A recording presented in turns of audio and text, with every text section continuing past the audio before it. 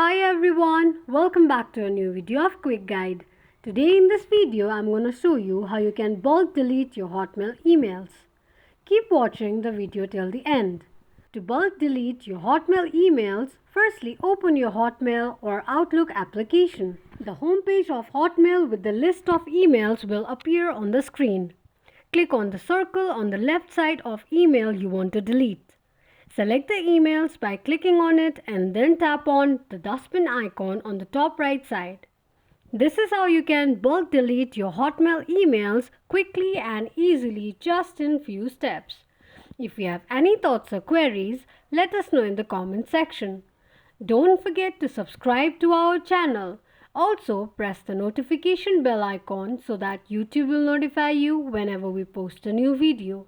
I hope this video was helpful to you. If it was, go ahead and give us a thumbs up. Thank you so much for watching.